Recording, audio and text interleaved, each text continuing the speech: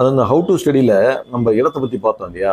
நான் குரூப் 1 படிக்கும் போது ஒரு ஹாஸ்டலில் தங்கி படிக்கிறது அப்படியே எனக்கு எதிர் ரூம், அப்படியே ஆப்போசிட்டில் பார்த்தீங்கன்னா எதிர் ரூமில் பார்த்தீங்கன்னா இன்னொரு ஃப்ரெண்டு படிக்கிறாரு. பார்த்தீங்கன்னா எப்போ பார்த்தாலும் அந்த அறை சாத்தியே தான் இருக்கும். கதவு மட்டும் இல்லைங்க, ஜன்னலும் சாத்தி தான் இருக்கும். நம்ம போய் எதுக்காக ஃப்ரெண்டு போய் அவனை பார்க்கறதுக்கு போயிட்டு அவரை பார்க்கறதுக்கு கதவை தட்டணும்னு வச்சிங்கன்னா, கதவை திறந்தான்னா உள்ளேருந்து ஒரு நெருப்பு காற்று மாதிரி வரும்.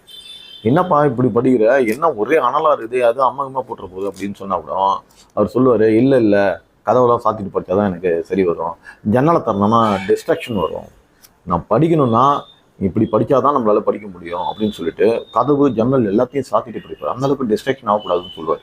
அந்த தேர்வில் பார்த்தீங்கன்னா அந்த குரூப் 1ல் நான் கொஞ்சம் ஜன்னல்லாம் காற்றோட்டமாக படிக்கணும்னு நினைக்கிறாள்.